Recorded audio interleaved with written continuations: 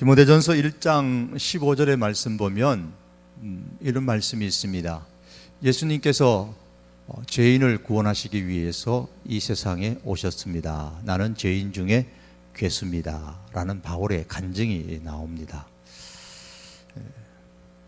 예수님께서 죄인을 구원하시려고 세상에 오셨고, 그런데 나는 비방자고 박해자고 폭행자고 더하여 그러니 나는 죄인 중에 괴수입니다. 그러니 예수님께서 세상에 오신 것은 누구를 위한 것이냐? 나를 위한 거다. 나 같은 죄인을 위한 것이다 라고 바울이 간증을 합니다. 자, 이런 간증, 이런 고백이 우리 청년들의 고백이 될 수 있기를 원합니다. 신앙은 여기서부터 출발하는 것이죠. 자, 바울은 이렇게 간증을 하면서 이렇게 얘기합니다. 선한 싸움을 싸우라. 예수님께서 나 같은 죄인 중에 괴수인 나 같은 죄인을 위해서 이 세상에 오셨을 뿐만 아니라 당신 같은 사람을 위해서도 이 세상에 오셨다라고 말씀을 합니다. 그러므로 선한 싸움을 싸우라. 하나님의 긍휼하심을 받고 예수님의 사랑을 입은 사람은 누구나 선한 싸움을 싸우는 사람이어야 한다라고 말했습니다. 그러면서 이제 2장에 가면 이 선한 싸움은 어떻게 싸우는 거냐? 그러면서 선한 싸움의 출발점을 얘기하는데 기도를 얘기합니다. 기도하라 그렇게 말합니다. 기도하라. 그래서 우리 선한 싸움, 그리스도인으로서 내가 그리스도의 사랑을 알고 하나님의 은혜를 안다라고 말한다면, 예수님께서 죄인을 구원하시기 위해서 이 세상에 오셨습니다. 그것이 바로 나를 위한 오심입니다 라고 고백하는 사람은 선한 싸움을 싸워야 되는데, 어디서부터 출발해야 되느냐? 기도의 자리에서부터 시작을 하라 그렇게 말씀합니다. 그래서 기도하면 선한 싸움에서 이길 것이고, 기도하지 아니하면 선한 싸움에서 진다라고 말씀하는 거죠. 싸움이라는 거는 요즘 용어로 말하면 이제 또 전쟁이다 이렇게도 표현할 수도 있겠죠. 우리 청년들이 이제 군에 갔다 온 청년들도 있습니다만, 항상 군에 가면 제일 먼저 하는 게 뭐냐면 훈련입니다. 뭐 보충대에 가든 뭐 무슨 사단 보충대에 가든 아니면 뭐 어떤 논산 뭐 어디 가든 어떤 훈련소에 들어가서 기본적인 훈련을 받습니다. 그 훈련을 받는 이유는 고생시키고 이 학교 다닐 때에, 즉 사회에서 있었던 모든 때를 다 지우기 위해서 훈련시키는 것이 목적이 아니고, 군인으로서 갖춰야 될, 그래서 혹 전쟁이 났거나 혹은 어떤 상황 속에서 이길 수 있도록 하기 위해서 훈련을 시키는 거죠. 훈련의 기본 과목들이 여러 가지가 있어요. 그런데 그런 훈련이 아니라 선한 싸움, 예수 그리스도를 믿는 사람으로서 싸움이 있는데, 그 싸움에 있어서 기본 기초 훈련이 뭐냐? 이 기도다 그랬습니다. 그래서 여러분, 기도하지 아니하고 나는 한번 어떻게 신앙생활에서 좀 제대로 해볼까?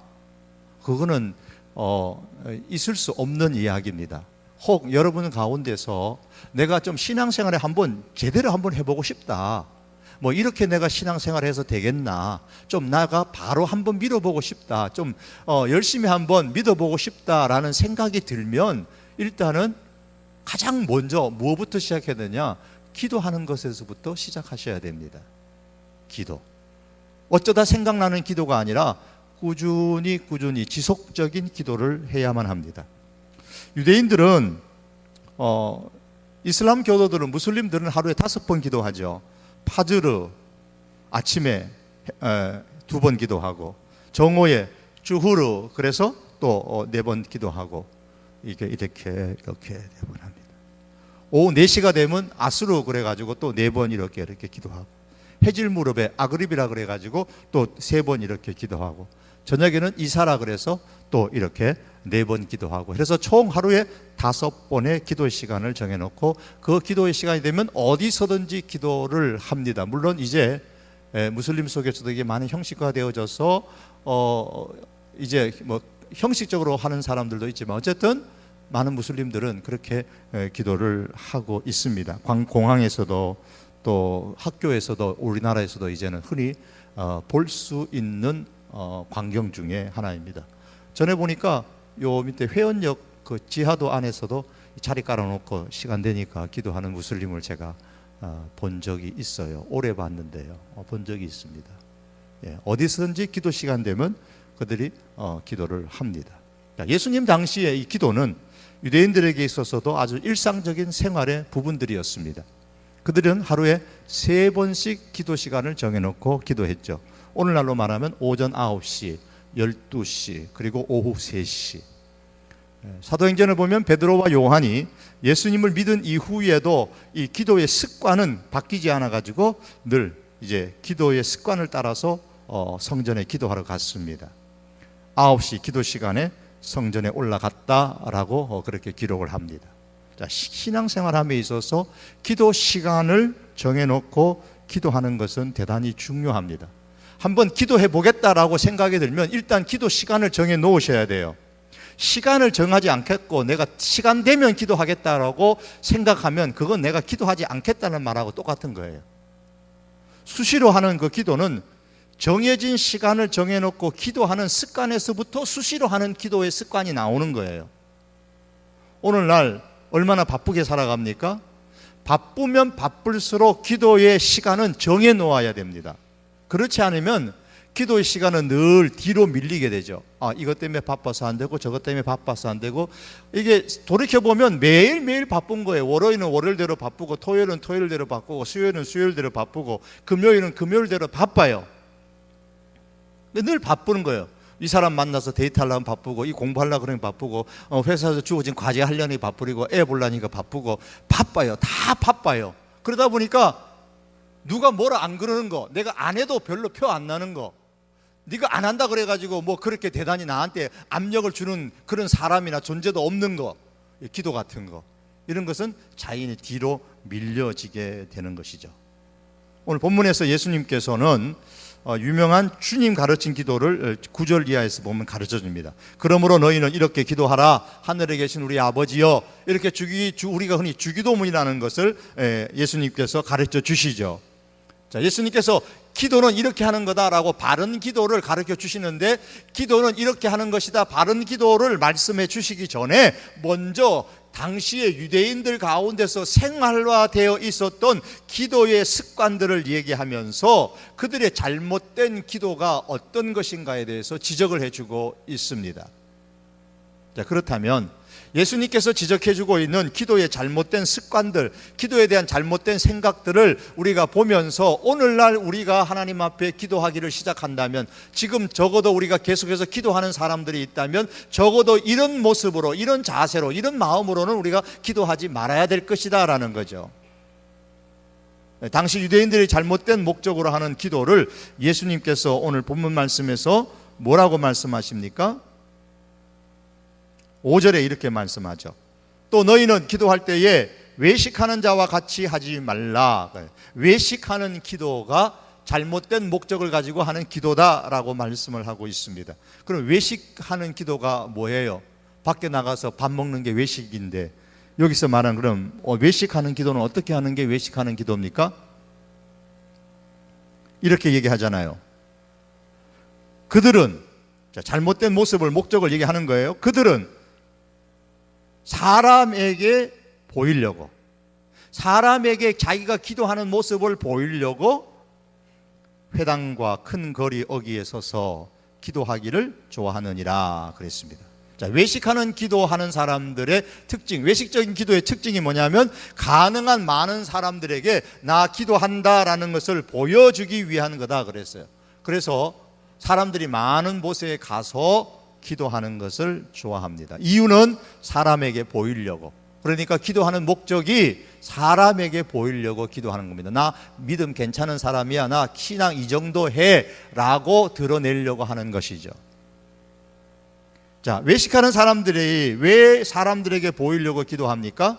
우리는 5절 끝에 보면 힌트를 얻게 돼요. 그들은 자기 상을 이미 받았느니라. 그래, 상 받기 위한 겁니다. 누구로부터? 사람들에게 보여서 사람들로부터 상을 받기 위한 겁니다. 그 상이 때로는 존경이 될 수도 있고 칭찬이 될 수도 있고 뭐 높임이 될 수도 있고, 사람들로부터 그런 대우를 받고 싶은 거죠. 저 사람 믿음 대단한 사람이야 라는 그런 말을 듣고 싶은 게 상입니다.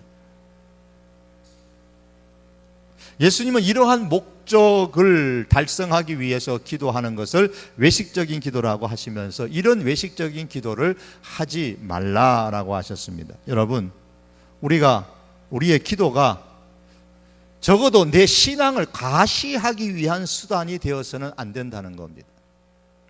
사람들로부터 존경과 칭찬과 관심을 받기 위한 방법으로서 내가 기도하는 것은 되지 말아야 된다라는 것이죠.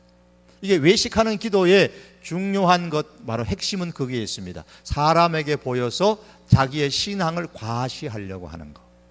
그게 외식 기도의 잘못된 모습이죠. 또한 예수님께서는 외식하는 기도 외에 잘못된 기도의 모습을 말씀하면서 7절에 보시면 또 기도할 때에 이방인과 같이 중언부언하지 말라 그래서 중언부언하는 기도, 이 기도는 잘못된 기도라고 말씀합니다.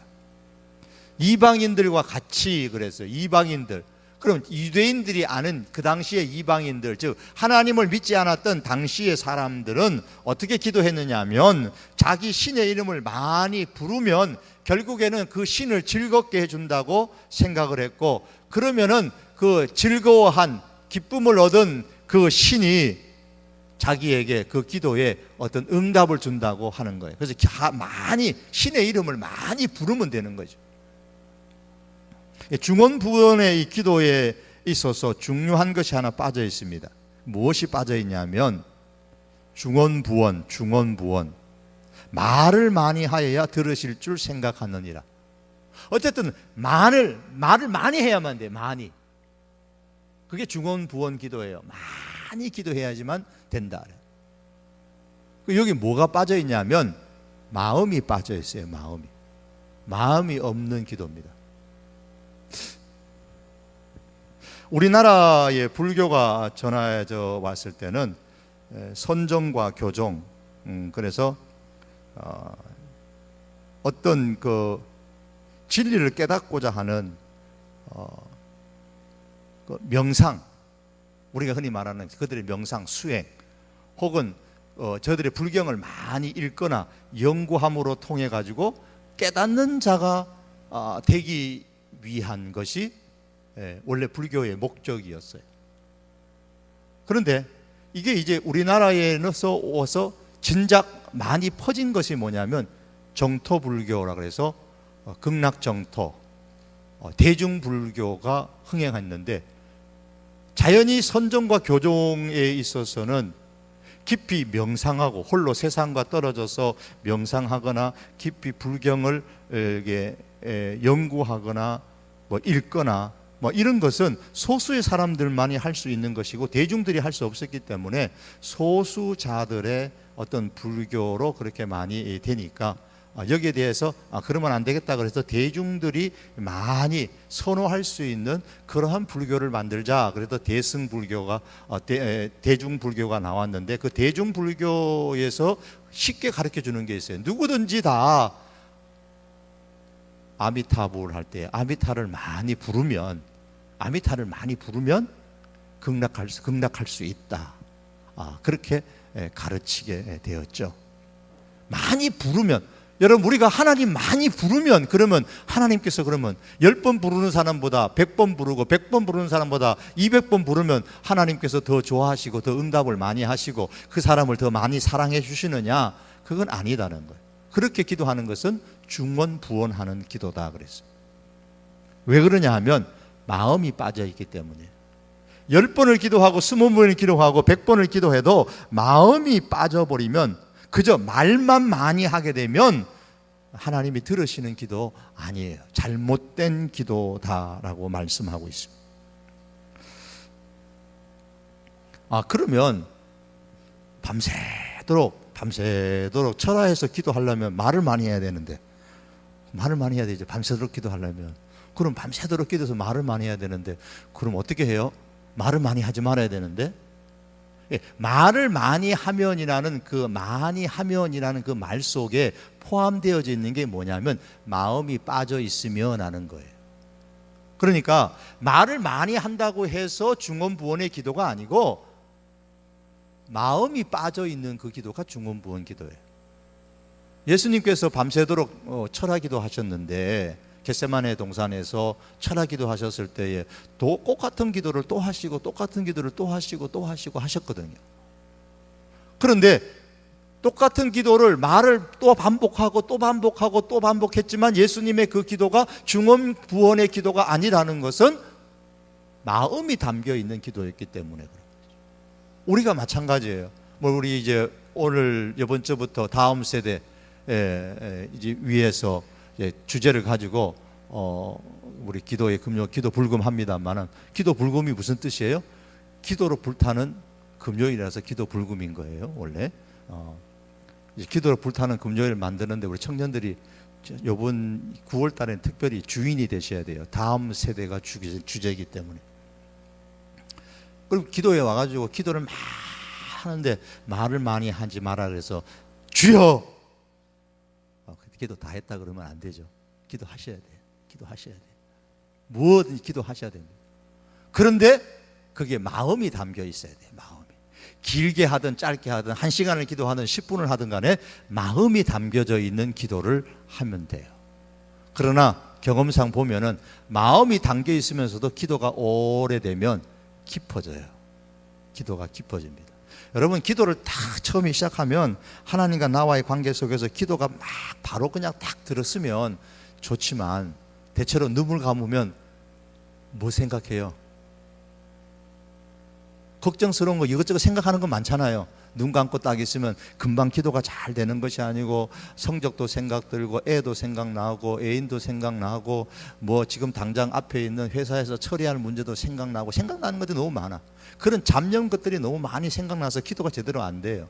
그것 때문에 제가 크게 기도하라는 거예요. 크게 기도하라는 이유는 다른 이유가 아니에요. 크게 기도함으로써 그런 잡념들을 다 없애고 하나님과 나와의 관계 속에 줄만 바로 잡혀서 기도할 수 있도록 하기 위해서 하는 거예요. 그래서 기도가 바로 되어졌을 때에 그때는 작게 기도하셔도 상관이 없어요. 잡념들이 다 없어지고 하니까 그렇게 해도 상관이 없습니다. 자, 어쨌든 우리가 이제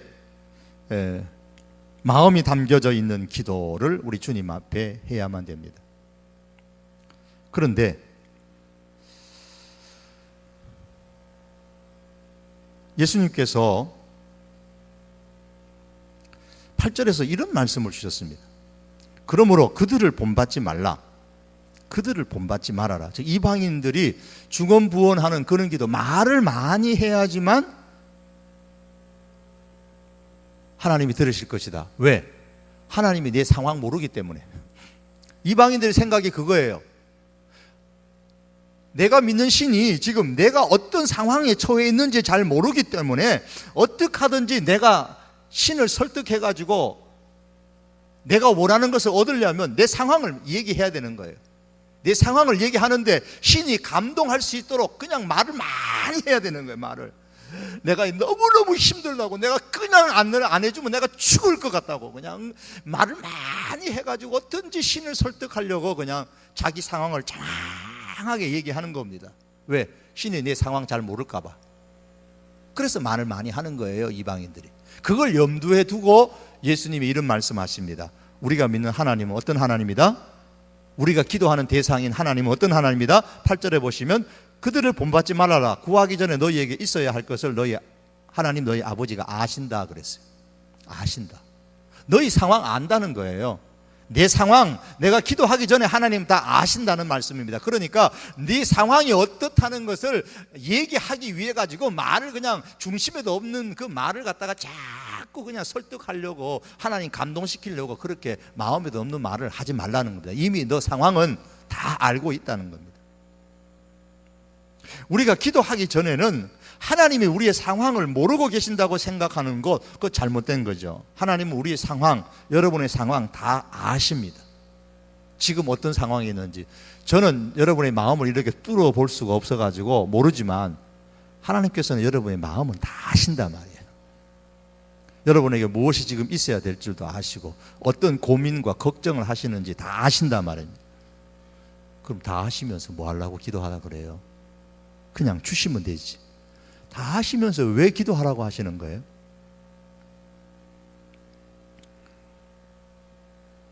예나자매 여기 왔나요? 지금 안 왔죠? 아마 지금 준비해서 오늘 오후인가 저녁에 이제 공부하러 이제 외국에 나간다 그랬는데 좀 전에 저한테 왔다 갔어요. 자, 외국에 간 자녀에게 생활비를 보내주기 위해 가지고 은행에서 이제 계좌 자동 이체를 시켜 놓습니다. 계좌 자동 이체를 시켜두면 안 좋은 게 있어요. 보내는 입장에서는, 주는 입장에서는 자동으로 그냥 주기 때문에 별로 몰라요. 그냥 자동으로 알아서 그냥 늘 자동 이체로 탁 그냥 뭐 걱정 안 해도 그냥 알아서 다 오니까. 자동 이체를 이렇게 한 몇 년 동안 이렇게 계속 하다가 자동 이체 딱 한 번 안 하면 어떻게 해요? 연락 옵니다. 아빠 자동 이체 안 됐는데 돈 안 들어왔어요 하고 그때는 연락이 오겠죠. 자, 이렇게 자녀와 부모와의 관계가 되면 그 정상적인 관계는 아니죠. 만일 기도를 단지 이 수요 공급의 시스템적인 차원에서만 생각하면, 수요 공급의 시스템의 차원에서만 생각하면 하나님이 우리의 필요를 다 아시기 때문에 기도할 필요는 사실 없을 거예요.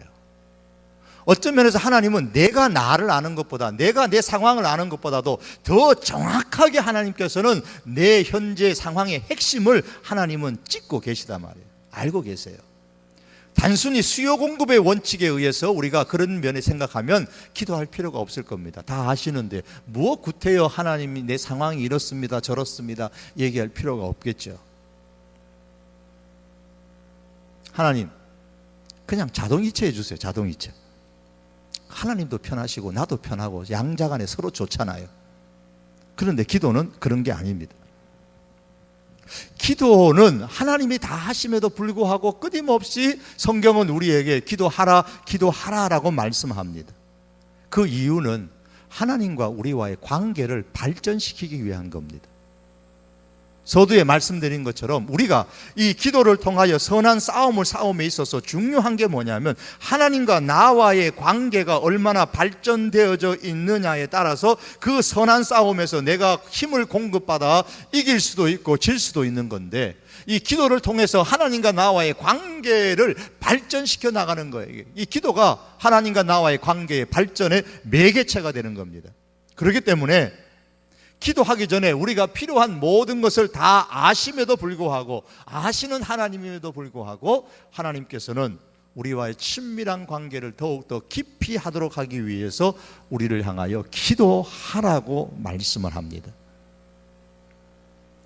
하나님과의 친밀한 관계를 위한 매체가 기도다. 그러면 기도의 형식만 몇 가지 갖추어서 간단하게 기도하면 되지 않을까? 그렇게 하지 말라는 겁니다. 그렇게 중언부언하는 기도를 하지 말라고 하는 겁니다. 단순히 말을 많이 하여서 길게 기도할 필요가 없다는 뜻이 아니라 핵심 조건만, 핵심 요점만 간단히 그렇게 기도하라는 말씀이 아니라 마음에 담겨 있는 기도를 하라는 겁니다. 왜? 관계를 발전시키기 위한 것이기 때문에 마음이 없는 기도는 아무리 해도 하나님과의 관계의 발전에 전혀 도움이 되지 않는 겁니다.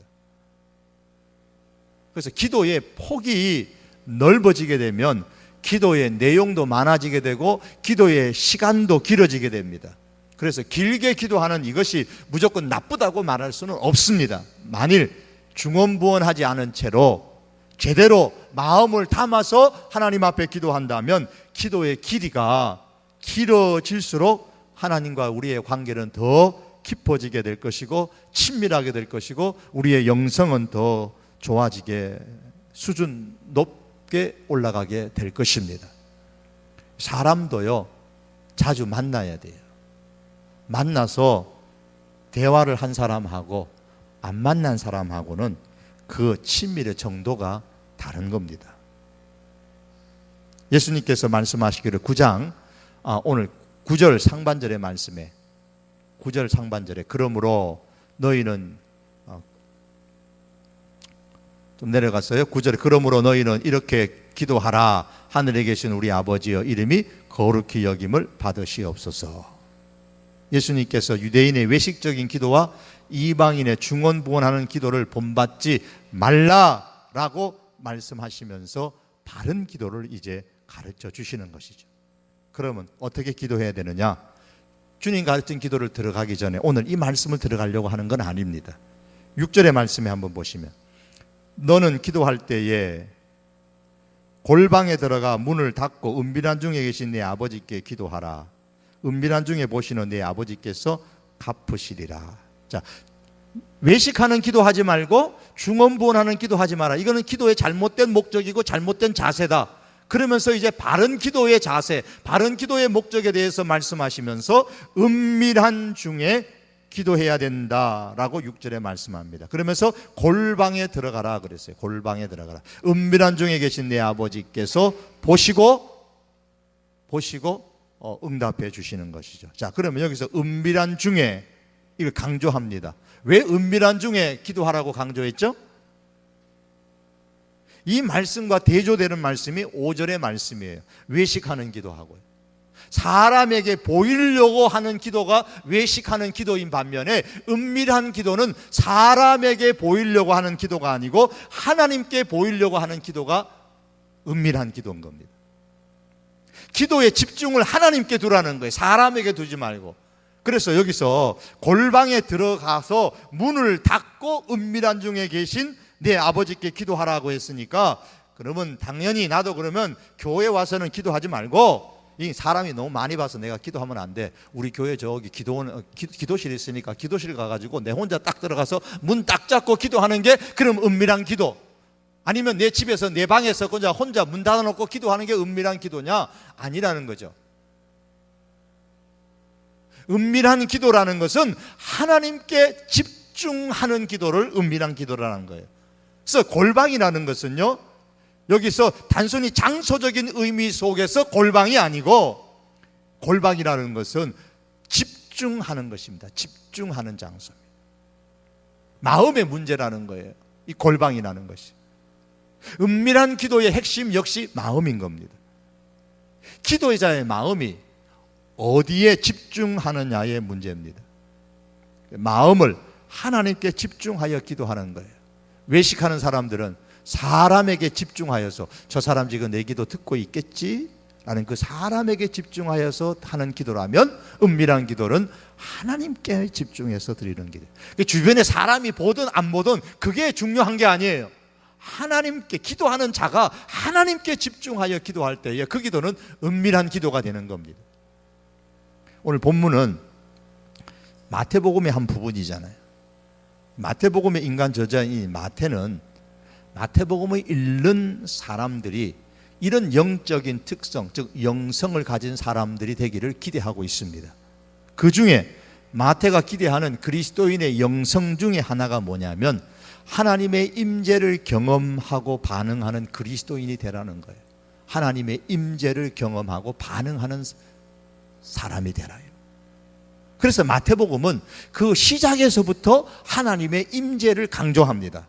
마태복음의 1장에 보면 예수님의 별명이 나오죠. 1장 23절에 예수님의 별명이 뭐예요?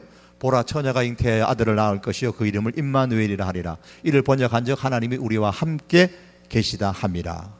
이사야 선지자가 메시아의 탄생을 예언했던 말씀을 가지고 인용하면서 예수님의 별명을 임마누엘이라, 하나님이 우리와 함께 하시니 라고 했습니다. 그러므로 마태복음에 있어서 예수님은 어떤 분이신가? 우리와 함께 하시는 하나님이다 라고 마태복음은 처음 1장에서부터 우리에게 소개하고 있는 겁니다.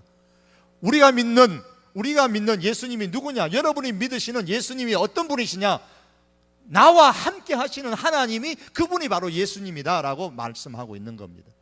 마태복음은 예수님의 출생을 기록하면서 예수님의 별명을 임마누엘이라고 정함으로써 하나님의 임재, 하나님의 함께 하심에 대해서 강조하고 있습니다. 또한 마태복음 3장에 가면 예수님께서 처음 세례를 받으실 때도 성령이 비둘기같이 예수님에게 임하셨다라고 말씀하고 있습니다. 그리고 4장에 가면 예수님께서 시험을 당하신 후에 천사들이 와서 예수님께 수종들었다라고 말씀합니다. 이것은 모두가 하나님의 임재를 강조하는 말씀이에요. 천사들이 와서 수종을 들었다라는 이 말씀은, 성령이 비둘기같이 임했다라는 이 말씀들 다 하나님의 임재하심을 강조하는 말씀입니다. 그리고 마태복음의 중간에 위치한 오늘 마태복음서 17장 1절에서 8절에 보면 하나님의 임재하심이 특별히 강조됩니다. 예수님께서 기도하실 때 변화산에서 기도하시는데 구름이 그냥 산 위에 가득 덮였고 예수님의 모습이 눈과 같이 희어 변화되어지고 하늘로서 제자들에게 이는 내 사랑하는 아들이요 내 기뻐하는 자라 너희는 저의 말을 들으라 하나님의 음성이 들립니다. 제자들이 두려워서 경외함으로 그 얼굴을 땅에다가 엎드렸습니다. 이게 하나님의 임재하심의 광경이 이제 마태복음 17장에 가면 다시 나타납니다. 그리고 마태복음은 처음 이렇게 하나님의 임재를 강조하다가 마태복음 17장에 가서 하나님의 변화산의 사건을 통해서 하나님의 임재하심을 말씀하시다가 마지막에 가면 또다시 하나님의 임재하심을 강조합니다. 예수님께서 부활하신 후에 제자들에게 대사명을 주신 이후에 마태복음 마지막에 가면 뭐라고 말씀합니까? 28장 20절에 가면 세상 끝날까지 내가 너희와 항상 함께 있으리라. 항상 너희와 함께 하겠다. 예수님께서 항상 함께 하실 것에 대한 약속은 이건 하나님의 임재하심의 약속입니다. 자, 이렇게 마태복음은 성도는 어떤 용성, 어떤 영성, 어떤 신앙의 사람이 되어져야 되느냐, 그에 대한 대답으로서 하나님의 임재하신 가운데 살라, 하나님이 함께 하시는 가운데 너의 삶을 살아라 라고 그렇게 말씀하고 있는 겁니다. 마태복음의 큰 주제 중에 하나예요. 임마누엘이신 예수님께서 마태복음 6장에 가면, 오늘 이제 6장이에요. 6장에 오면 구제에 대해서, 기도에 대해서, 금식에 대해서 아주 구체적인 신앙생활을 가르쳐 주시는데, 거기서 강조하는 게 뭐냐면 구제와 기도와 금식이나 다 이게 말씀하시면서 6장에 와서 말씀하시면서 동일하게 강조하는 게 뭐냐면 사람에게 보이려고 하지 말고 하나님께 집중하라, 그렇게 말합니다. 이건 하나님의 임재를 강조하는 거예요. 하나님의 함께 하심. 하나님의 임재하심을 위해서, 하나님의 함께하심을 위하여 너가 구제하고, 하나님의 임재하심, 하나님 함께하신 가운데서 기도하고, 하나님의 함께하심, 임재하신 가운데서 금식하라, 이렇게 말씀하고 있습니다. 그러나 사람들은요, 자꾸 하나님의 임재보다는 사람으로부터 받는 칭찬, 사람으로부터 받는 어떤 영광을 얻는 것에 대해서 더 관심이 있고 더 거기에 대해서 집중하려는 경향이 있는 거예요. 당시에 유대인들이 그랬고 오늘날에 그리스도인이라고 말하는 소위 우리들 속에서도 이런 경향들이 너무 많은 겁니다. 그 이유는 뭐냐면 결국 하나님 나라보다 세상이 더 좋기 때문에 그런 거예요. 하나님 나라보다 세상을 더 좋아하기 때문에 세상의 사람들로부터 뭐 어떤 칭찬, 어떤 존중, 어떤 영광을 얻으려고 하는 그러한 성향들이 자꾸 우리들에게 나타나는 겁니다. 그래서 세상으로 향하는 우리들의 눈, 우리들의 마음을 하나님 나라로 돌려놓으려고 하는 것이 마태복음의 기록의 목적인 겁니다. 자꾸 세상으로 내 마음이 향하고 세상으로 자꾸 내 눈이 가는데, 아니야, 그거 보지 마라, 이쪽을 봐, 하나님 나라를 봐, 이렇게 우리의 눈을 돌려놓는 겁니다. 여러분, 세상을 좋아하지 아니하고 하나님 나라를 더 좋아하는 그런 그리스도인이 되라는 말씀을 우리가 한번 기억해야 되는데, 그러면 세상에 우리의 마음을 집중하지 말고 사람한테 보이려고 하지 말고 하나님께 보이려고, 즉 하나님 나라의 마음을 집중하며 살아가도록 하라는 거예요. 그렇게 하기 위해서 해야 되는 게 뭐예요? 기도라는 겁니다. 그렇게 하기 위해서 기도하라는 겁니다. 그런데 기도하면서조차도 자꾸 사람한테 보이려고 하고 하나님 앞에 보이려고 하지 않으니까 예수님 보실 땐 답답한 거예요. 답답한 거예요. 왜 기도합니까? 우리의 필요와 우리의 우리의 해결해야 될 많은 문제들, 다양한 문제들, 이것들을 해결받기 위해 가지고 하나님의 은혜와 하나님의 능력이 필요하기 때문에 우리가 기도합니다. 그것은 결코 잘못된 것이 아니죠. 나쁜 것도 아닙니다. 저는 늘 그렇게 강조합니다. 여러분의 삶에 필요한 것, 때로는 학업을 위해서, 때로는 결혼을 위해서, 때로는 취업을 위해서, 때로는 결혼을 위해서, 때로는 여러분의 어린 자녀들을 위해서 우리가 기도하는 것 결코 잘못된 것이 아니라고 저는 그렇게 믿습니다. 그러나 이와 같은 기도를 우리가 하기 전에 한 가지 중요한 기도는 우리가 해야 될 최고의 초점을 맞춰야 될 것은 하나님께로 돌려져야 된다는 거예요. 학업을 위해서 기도하시든 간에, 취업을 위해서 기도하시든, 결혼을 위해서 기도하시든, 여러분의 자녀를 위해서 기도하시든, 어떤 일들을 위해서 기도하든 간에 결국에는 그것이 하나님께로 돌아가도록, 하나님께로 돌리도록 하기 위한 기도가 되어져야 되는 겁니다. 그러려면 우리의 마음이 늘 하나님께 집중되어져 있어야 되고 하나님의 임재하심에 서 있어야 됩니다. 그래서 기도해야 됩니다. 하나님의 임재 가운데 있게 되면 하나님과 더 친밀하게 되고 하나님의 하나님 되심을 보게 되고 경험하게 되어지고 우리가 살아가면서 생각하고 행동하는 모든 초점이 하나님 중심으로 바뀌어지게 되는 것입니다. 이를 위해서 예수님께서는 우리들에게 은밀한 중에 기도해라, 하나님께 집중하여서 기도하라 라고 말씀을 하고 있습니다.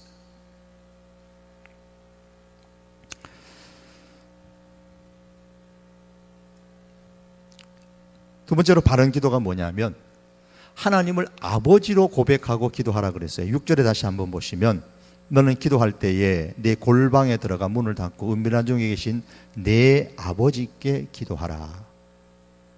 내 아버지께. 자, 그런데 내 아버지께서 갚으시리라. 지금 내 한국말 발음을 잘 해야 됩니다. 그러니까 너의 아버지께서 갚으시리라. 너의 아버지께서 갚으시리라 그랬어요. 지금 이 말씀을 누가 하는 기도예요? 이 말씀을 좀 예수님이 하시는 말씀이잖아요. 예수님의 입장에서 내 아버지께서 갚으시리라 그러면 그 내 아버지는 누구의 아버지요? 예수님의 아버지가 되잖아요. 예수님이 지금 제자들을 향해서 하시는 말씀이에요. 내 아버지, 너의 아버지께 기도하라 그랬어요. 그럼 그 아버지는 누구의 하나님이에요? 너의 하나님이에요. 너희. 예수님만의 아버지가 아니라 우리들의 하나님. 기도하는 그 사람의 아버지라 그 말입니다. 기도하는 그 사람의 아버지가 갚아주시겠다 그 말씀입니다. 그런데 그 아버지는 8절 하반절에서 너에게 있어야 할 것을 아시는 아버지예요. 예수님 당시에 하나님을 아버지라고 부르는 존재는 사람들은 아무도 없었어요. 오직 예수님께서만이 하시는 기도 중에 하나가 하나님을 내 아버지라 불렀었어요. 예수님은 하나님을 내 아버지라고 부르면서 이제 바른 기도, 주기도문 가르쳐 주시면서도 첫 번째로 뭐라고 말씀합니까? 하늘에 계신 우리 아버지요 이렇게 말합니다. 하나님은 예수님의 아버지인데 이제는 그 하나님이 너의 아버지인데 아버지가 된다는 거예요. 우리의 아버지가 되는 거예요. 그러면서 예수님의 아버지도 되고 우리의 아버지도 됩니다. 그래서 하늘에 계신 우리 아버지요 이렇게 말씀하고 있습니다. 기도는 마음을 담아 하나님 앞에 집중하여 드리는 기도라고 했습니다. 그런데 우리가 마음을 집중하는 하나님을 누구라고 고백하느냐가 중요한 문제입니다. 예수님은 그분이 바로 우리 아버지, 아니 내 아버지라고 말씀합니다. 여러분의 아버지라고 말씀합니다. 기도를 통하여서 우리가 회복해야 될 것은 하나님과 나와의 관계예요. 바로 관계. 그 하나님이 나의 아버지인 것을 끊임없이 확인하고 끊임없이 나의 아버지인 것을 고백하는 겁니다. 그러면 기도하면 기도할수록 하나님과 우리의 관계는 아버지와 자녀의 관계가 되어지고 이 자녀와 아버지와의 관계는 더욱더 친밀하게 될 것입니다. 우리가 하나님 앞에 기도할 때에 하나님은 아버지로 임하셔서 우리의 기도에 갚아주십니다. 너의 아버지에게 기도하라. 은밀한 중에 보시는 내 아버지, 너의 아버지께서 갚아주실 것이다 라고 했습니다. 기도하는 중에 이런 영적인 경험들이 쌓여져 나갈 수 있기를 바랍니다. 이제 말씀을 맺습니다.